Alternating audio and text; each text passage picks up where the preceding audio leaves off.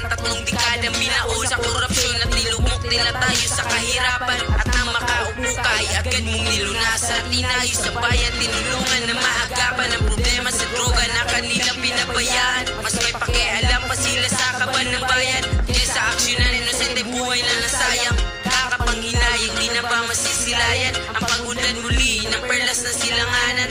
May tatay digong pa ba tayong maasahan na para supuin ulit ang mga gaha